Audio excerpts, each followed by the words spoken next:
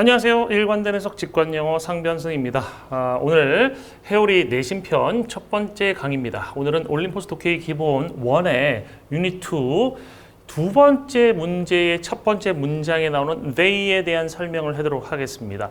사실 이 내용은요, 제가 그 공시 회오리의 첫 번째 강의에서 찍어서 올려드렸던 내용이라서 이미 그 강의를 들으셨던 분들은 아마 아시는 내용일 것 같습니다. 굳이 안 들으셔도 문제는 안 될 것 같은데 제 그 내신 회오리 강의만 처음으로 듣는 분들 계실 수 있을 것 같아가지고 제가 이거 한번 언급하고 넘어가는 게 낫겠다 싶어서 준비한 강의입니다.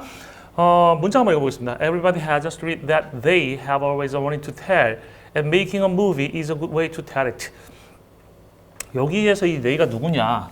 라는 질문을 학생들이 할 수도 있을 것 같고요. 그리고 이 they에 대해서 잘못 알게 되면 내용을 또 이해하기 힘들 수도 있을 것 같아서 이 they를 한번 정확히 다뤄볼 필요가 있을 것 같습니다.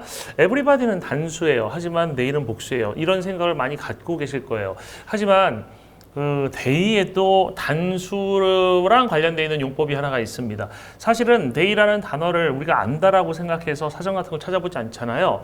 사전을 찾아보시면 1번 뜻 말고 2번 또는 3번 뜻에 항상 이 they에 대한 용법이 성명이 나와 있습니다.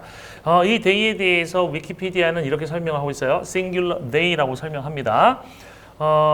싱귤러 they라고 하는 것이 뭐와 함께 그 굴절된 또는 파생된 형태인 them, their, theirs하고 themselves와 함께 중요한 이런 형태로 쓰인다는 얘기 중요하지 않습니다. 이 싱귤러 they는 is a gender neutral third person pronoun. 그 성의 중립적이라는 건 남성, 여성이 아니란 얘기죠. 남성도 아니고 여성도 아닌 그런 3인칭의 그런 대명사이다. 싱귤러 they라는 것은 이 typically occurs, 그것은 전형적으로 발생하는데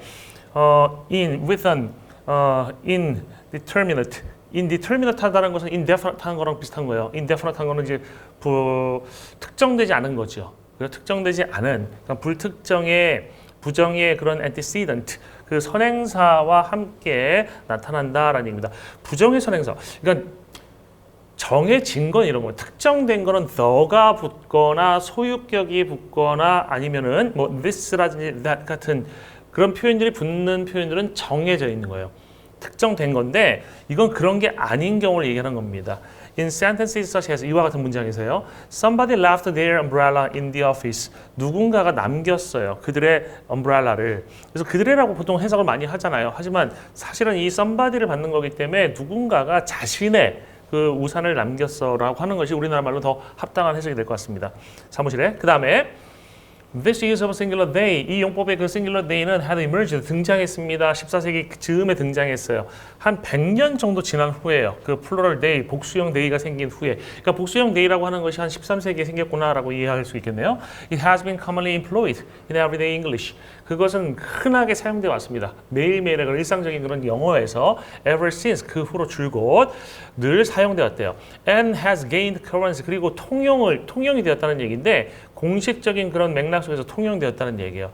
singular they라는 것은 비판받아 왔습니다. 뭐 이래로 18세기 중엽 이래로 뭐에 의해서 규정주의적인 커멘테이터, 주의자들, 주석자들, 뭐 평론가들 이런 의미가 될 수 있어요.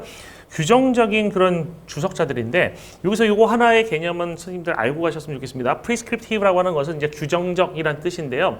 문법이라고 하는 grammar라고 하는 걸 크게 두 가지로 나누면 기술 문법이라는 게 있고 규정 문법이라는 게 있어요. 규정 문법, prescriptive한 grammar를 규정 문법이라고 하고 describe에서 나온 겁니다. descriptive한 grammar를 기술 문법이라고 얘기를 합니다. 규정 문법과 기술 문법의 가장 큰 차이점은 이거예요. 규정 문법은 이렇게 쓰지 않으면 틀려, 이렇게 써야 해 라고 얘기하는 것이 그 규정 문법이고, 기술 문법 같은 경우는 사람들이 이렇게 많이 쓴다? 이 정도의 설명하는 것이 이제 기술 문법이에요. 최근에 주류되는 문법들은 다 기술 문법입니다. 그래서 규정 문법은 시대에 뒤떨어진 약간 옛날 문법이라고 생각하시면 됩니다. 아시죠? 짜장면, 자장면 얘기 아시죠? 옛날에 사람들이 짜장면 할 때 이런 얘기하는 분들이 있었어요. 짜장면은 틀렸기 때문에 자장면이란 말을 써야 해. 이게 규정적인 문법이에요. 규정주의자들. 근데 이제 사람들이 하도 많이 짜장면 하니까 짜장면 사람들이 많이 쓰네. 그럼 짜장면도 수용할 수 있어. 받아들일 수 있어. 이게 바로 descriptive한 기술적인 그런 입장에서의 문법을 얘기하는 겁니다. 그래서 이 규정적인 그런 주해자들, 구속자들에 의해서 18세기 중엽에 1700년대 중반이죠. 비판을 받았습니다. 그렇게 쓰면 안 돼. 이건 복수잖아. 내는 복수인데 어떻게 그러니까 단수를 내로 받겠어? 이거는 수일치가 되지 않아. 따라서 그렇게 쓰면 안 되고 대신에 he를 써야 돼. 라고 하는 겁니다. 그래서 아마 선생님들도 많이 보셨을 거예요. 뭐 everybody라든지 everyone 같은 거를 he로 받는 경우 그런 거 많이 보셨죠? 그거는 이제 요 시기 이후에 나온 그런 텍스트에서 규정주의적인 그런 입장을 반영해서 he로 바뀌었다라고 보시면 됩니다. 근데 그것도 또 문제잖아요. he로 쓰는 것도. 왜냐하면 everybody라고 하면은 거기에 여성이 빠질 수는 없을 것이고, 그다음에 a teacher 한 명의 선생님하고 하면 요즘에 여성 선생님들 더 많으신데 그걸 he로 받을 수는 없잖아요. 그죠? 그래서 he를 쓰는 것이 문제가 생기니까 1970년대쯤에 무슨 일이 일어나냐면 1970년대 이제 여성학이라는 게 발전하면서 fireman이 firefighter로 바뀌고 policeman이 police officer로 바뀌는 그 변화가 일어나는 시점에 he라고 쓰던 것을 he or she로 바꿔서 쓰기 시작해요. 근데 이제 he or she로 쓰는 것은 대명사의 그런 경제성이라는 걸 아예 다 버리는 짓이잖아요. 그 대명사 쓰는 게 왜 단순하려고 쓰는 건데 he or she라는 세 단어를 써버리면 더 짜증날 거 아닙니까? 소유권 하면 his or her 써야 되고, 그죠? 그래서 그 이후에 다시 옛날의 용법인 they가 등장을 해서 요즘에 they를 되게 많이 쓰고 있어요. 그래서 우리가 보는 지문들에서 등장을 많이 하는 겁니다. 다시 원래 문제로 돌아와서 Everybody has a story that they have always wanted to tell. 이걸 어떻게 해석해야 되느냐? 모든 사람은 하나의 이야기를 갖고 있어. 어떤 이야기냐면 자신이 항상 말하고 싶어 했던, 우리나라 말로 자신이라는 말을 쓰면 이 they를 해석하는 데 있어서 꽤 자연스럽게 해석될 수 있는 경우가 많은 것 같습니다. 그렇게 해석하면 될 것 같아요. 모든 사람은 자신이 항상 말하고 싶어하는 그런 이야기를 갖고 있고 영화를 만드는 것이 그 이야기를 말하는 좋은 방법이 된다라는 것이 이 문장이 되는 겁니다. 이것으로 오늘 회오리 첫 번째 강의를 모두 마치겠습니다. 수고 많으셨습니다.